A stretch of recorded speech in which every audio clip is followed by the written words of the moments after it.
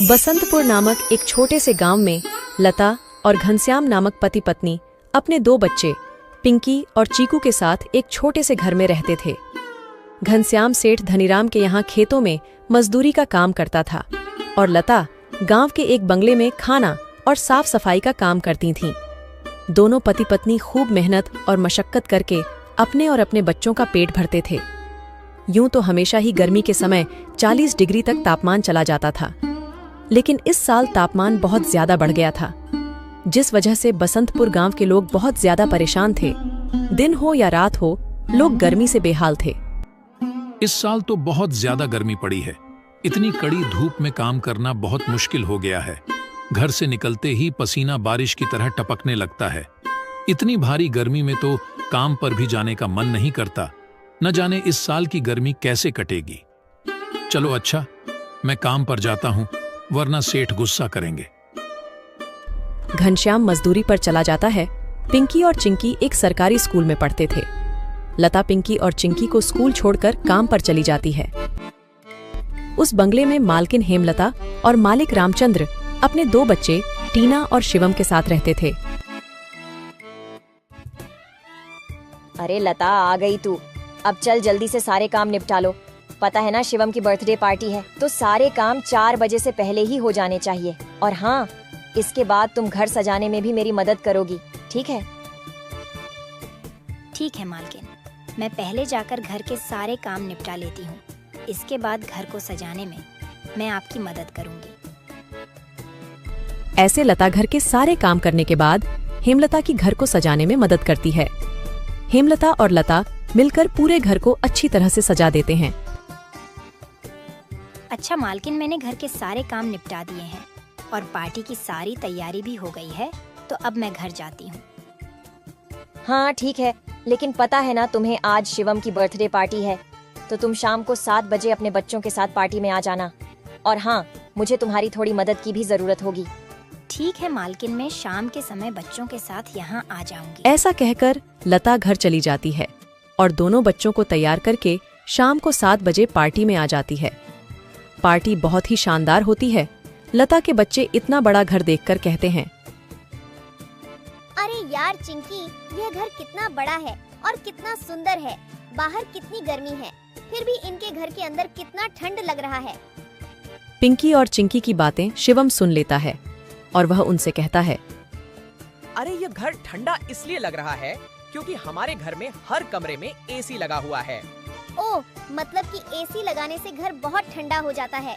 दीदी, हम भी अपने पिताजी को अपने घर में एसी लगाने के लिए बोलते हैं ना, हमारे घर में भी बहुत ठंडा लगेगा। चलो बच्चों, इधर आओ, केक काटने का टाइम हो गया है।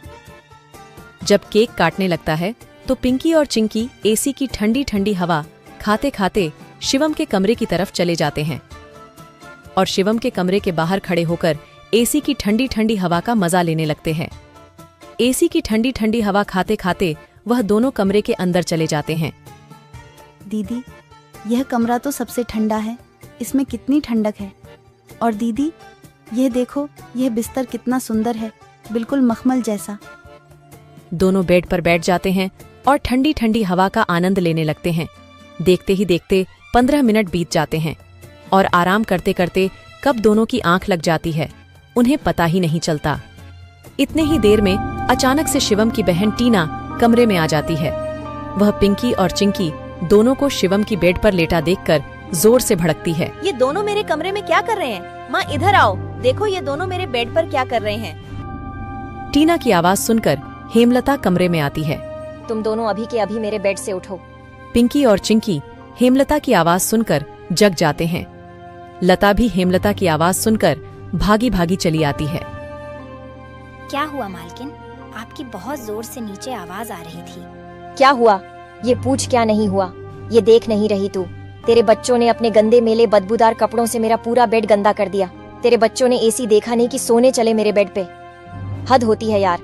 मैं तो तेरे बच्चों को इसलिए बुलाया था कि इनका भी थोड़ा मन लग जाएगा। इन्होंने कभी ऐसी पार्टी लाइफ में देखी नहीं होगी, ये भी देख लेंगे। पर ये तो अपनी औकात ही भूल गए। ये हमारा घर है, कोई धर्मशाला नहीं कि कोई भी भिखारी हमारे कमरे में आ जाएगा और आकर के सो जाएगा। तू अभी के अभी अपने बच्चों को लेकर निकल यहाँ से। और हाँ, कल से काम पर भी आने की जरूरत नहीं है। मालकिन ऐसा मत करो, मेरी बात तो सुनो। बच्चे नादान हैं। मैं वादा करती हूँ आगे से ऐसा दोबारा नहीं होगा। यह मेरी आखिरी भूल समझकर माफ कर दीजिए मालकिन। मुझे काम से मत निकालिए मालकिन। इस काम के सहारे तो मेरा घर चल रहा है। ये तेरी सर दर्द है। अब तू यहाँ पर काम नहीं कर सकती। अब तू अपने बच्चों को ले और यहाँ से निकाल। हेमलता लता और उसके बच्चों को घर से बाहर निकाल देती है और आगे से काम पर आने को भी मना कर देती है। अब लता के पास कोई काम नहीं था। घर का सारा भार अब घनश्याम के कंधों पर आ गया था। हे भगवान, आज तो खाना बनाने के लिए आटा भी नहीं है। अब मैं आटा कहाँ से लाऊं? मेरे पास तो अब और पैसे भी नहीं है। और जो तनख्वाह घनश्याम जी को मिली थी वह सब घर खर्चे में खत्म हो गए। मेरा क्या है? मैं तो पानी पीकर भी सो जाऊंगी, पर बच्चों को क्या? भूखे पेट इन्हें नींद कैसे आएगी? आ गए आप। घर में राशन खत्म हो गया है। आज खाने में कुछ नहीं बना है। कोई बात नहीं, खाना आज मैं अपने साथ लेकर आया हूँ। सेठ जी के यहाँ पर आज दावत थी तो उन्होंने कुछ खाना बच्चों के लिए भी भिजवा दिया है। ऐसे उस रात तो वह सभी खाना खाकर सो जाते हैं। अगली सुबह लता फिर से अपनी मालकिन हेमलता के घर जाती है और उससे थोड़े पैसे उधार मांगती है। मालकिन, मेरे घर में खाने के लिए एक अनाज का दाना भी नहीं है। कृपया आप मुझे थोड़े से पैसे उधार दे दीजिए। तुझे देने के लिए मेरे पास कोई पैसे वैसे नहीं है। मैंने तुझे पहले ही काम से निकाल दिया था, फिर तेरी यहाँ आने की हिम्मत कैसे हुई? जा निकल यहाँ से और आइंदा यहाँ पर अपनी शक्ल मत दिखाइयो। हेमलता की कड़वी बातें सुनकर लता घर वापस जाने लगती है। तभी उसे रास्ते में एक पोस्टर दिखाई देता है। उस पोस्टर को देखकर लता वहीं रुक जाती है। पकोड़े बनाने वाले की जरूरत है। अधिक जानकारी के लिए इस दिए गए नंबर पर कॉल करें। पकोड़े बनाने तो मुझे आता है। अगर यहाँ मेरी नौकरी लग जाए तो घर का खर्च चलाने के लिए कुछ पैसे आ जाएंगे। ऐसा सोचकर लता उस पते पर पहुँच जाती है।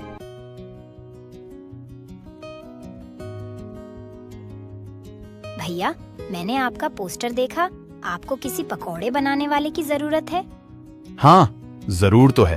तुम पकोड़ा बना लोगी। क्या तुम्हें पकोड़े बनाने आते हैं?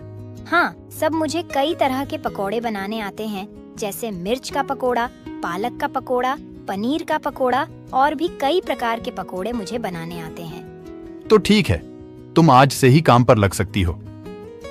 ऐसे लता पकोड़े बनाने वाले के साथ काम पर लग जाती है और ग्राहकों को पकोड़े सर्व करने लगती है। ऐसे ही शाम हो जाती है और रमेश के सारे पकोड़े बिक जाते हैं। चलो, आज तो सारे पकोड़े बिक गए।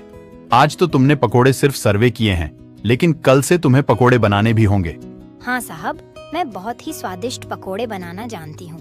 तो ठीक है, ये लो आज के काम के पैसे। 300 रुपए लेकर लता सबसे पहले राशन की दुकान पर जाती है और वहां से राशन का सामान खरीदकर घर आ जाती है। घर पहुंचकर लता सबसे पहले बच्चों के लिए खाना बनाती है और उनको परोसती है। चिंकी, पिंकी, आ जाओ खाना खा लो। इतने में घनश्याम भी वहां आ जाता है और लता घनश्याम को अपने नए काम के बारे में बताती है। इस तरह सारे मिलकर खुशी खुशी खाना खाते हैं। अगली सुबह लता बच्चों को स्कूल छोड़कर वापस काम पर चली जाती है। दुकान पर पहुंचकर लता पकोड़े बनाती है। लता के बने हुए पकोड़े ग्राहकों को बहुत पसंद आते हैं। लता के बने हुए पकोड़े खाकर ग्राहक पकोड़े की बहुत तारीफ करते हैं। उनको आज के बनाए हुए पकोड़े कल से भी ज्यादा अच्छे लगे। रमेश भाई, तुम्हारे आज के पकोड़े का तो कोई जवाब ही नहीं। इससे स्वादिष्ट पकोड़े मैंने आज से पहले इस होटल में कभी नहीं खाए। आखिर आज ऐसा क्या मिलाया है इन पकोड़ों में जो इतने स्वादिष्ट बने हैं? आज तो मैं एक और प्लेट खाऊंगा। मेरे लिए एक एक्स्ट्रा प्लेट पकोड़े लगा दो। ऐसे रमेश अपने ग्राहकों के मुंह से पकोड़े की तारीफ को सुनकर लता से कहता है, लता, तुम्हारे हाथ में तो जादू है। तुम्हारे हाथों के बने पकोड़े खाकर ग्राहक एक एक एक्स्ट्रा प्लेट पकोड़े खा रहे हैं। तुमने तो कमाल ही कर दिया। आखिर ऐसा क्या मिलाया है इन पकोड़े में जो ग्राहक इतनी तारीफ कर रहे हैं? साहब जी, कुछ खास नहीं मिलाया है, बस थोड़े से नमक मिर्च मसाले बराबर मात्रा में डाले हैं, बस। ऐसे रमेश के आज के पकोड़े बहुत जल्द ही खत्म हो जाते हैं। आज तो पकोड़े बहुत जल्द ही खत्म हो गए। कल से हमें और ज्यादा से ज्यादा पकोड़े बनाने होंगे। और हाँ, अब हमारी पकौड़ों की सेल और ज्यादा अच्छी होने लगी है, इसलिए कल मैं दुकान में एसी लगवा रहा हूँ। इससे ग्राहक भी एसी की ठंडी ठंडी हवा में पकोड़ों का मजा लेंगे और हमारे पकोड़े की सेल और ज्यादा बढ़ेगी। तुम क्या कहती हो? साहब, विचार तो बहुत अच्छा है। अगले दिन रमेश अपनी दुकान में एसी लगवा लेता है और जैसा उसने सोचा था वैसा ही हुआ। एसी लगने के बाद रमेश के दुकान पर ग्राहकों की संख्या बढ़ जाती है। ग्राहक ठंडी ठंडी हवा में बैठकर पकोड़े खाने का आनंद उठाते हैं। ऐसे रमेश के आज भी सारे पकोड़े बहुत जल्द ही बिक जाते हैं। शाम के समय जब लता घर वापस आती है और वह चिंकी और पिंकी को आपस में बातें करते हुए सुनती है। दीदी, उस दिन पार्टी में कितना मजा आ रहा था ना। कहाँ हम उस दिन एसी की ठंडी ठंडी हवा खा रहे थे और कहाँ आज हम इतनी गर्मी में बैठे हैं।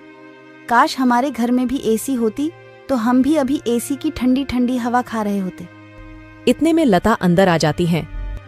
अरे चिंकी और पिंकी, तुम दोनों क्या कर रहे हो? तुम दोनों ने अपने स्कूल का होमवर्क किया? चलो जल्दी से अपना अपना होमवर्क कर लो। मैं खाना बनाने जा रही हूँ। इसके बाद खाना खाकर जल्दी सो जाना।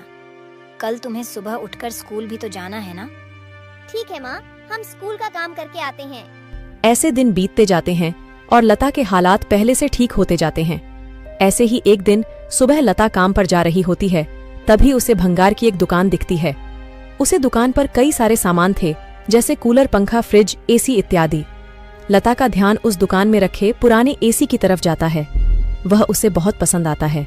वह उस दुकानदार से बोलती है, भैया, ये एसी का क्या दाम है? मात्र 10,000 रुपए की है। 10,000? ये तो बहुत ज्यादा है। ज्यादा नहीं, ये तो बहुत कम है। ये सेकंड हैंड एसी है। अगर नई एसी खरीदने जाओगी तो 30,000 से कम की नहीं आएगी। अच्छा ठीक है, पर ये सही से तो चलती है ना? हाँ, बिल्कुल सही से चलती है। अगर 6 महीने से पहले ये एसी बंद हो जाती है तो इसकी सारी रिपेयरिंग की सर्विस बिल्कुल फ्री होगी। ठीक है, लेकिन इसका सही सही दाम लगाओ। मैं इसके 8,000 दूंगी। अगर तुम्हें देनी है तो मुझे ये ऐसी 8,000 में दे दो। ठीक है, बताओ कहाँ लगानी है। लता उस आदमी को अपने घर लेकर आती है। वह आदमी लता के घर पहुंचकर एसी को लगा देता है। एसी चालू करते ही ठंडी ठंडी हवा घर में फैलने लगती है। बच्चे भी इस ठंडी ठंडी हवा का मजा उठाते हैं। वह दीदी, क्या मजा आ रहा है। ऐसी की ठंडी ठंडी हवा, ऐसा लग रहा है जैसे बर्फ की चादर ओढ़ ली है हमने। इतनी कड़ी गर्मी में ये ठंडी ठंडी हवा बर्फ की चादर जैसी लग रही है। घर में एसी के लगते ही बच्चे बहुत खुश हो जाते हैं। घनश्याम भी घर पर आ जाता है। ओह, आखिर तुमने बच्चों की इच्छा पूरी कर ही दी। कैसे ना करती भला। बच्चे तो आखिर मेरी जान है। इनसे बढ़कर मेरे लिए कुछ भी नहीं। एसी लग जाने की वजह से बच्चे बहुत खुश होते हैं और लता की कमाई भी अच्छी होने लगती है। लता के बने हुए पकौड़ों की वजह से रमेश के दुकान पर ग्राहकों की भीड़ लगी रहती थी। इससे रमेश खुश होकर लता की तनख्वाह बढ़ा देता है। थोड़े दिन बाद घनश्याम भी सेठ धनीराम के यहाँ मजदूरी छोड़कर लता के साथ पकोड़े बनाने लगता है। दोनों को रमेश काफी अच्छी सैलरी देता था, जिससे उनका घर खर्च काफी आसानी से चल जाता था। बच्चे पूरी गर्मी ऐसी की ठंडी ठंडी हवा में गुजरते हैं और इस तरह वह लोग अपना जीवन खुशी खुशी जीने लगते हैं।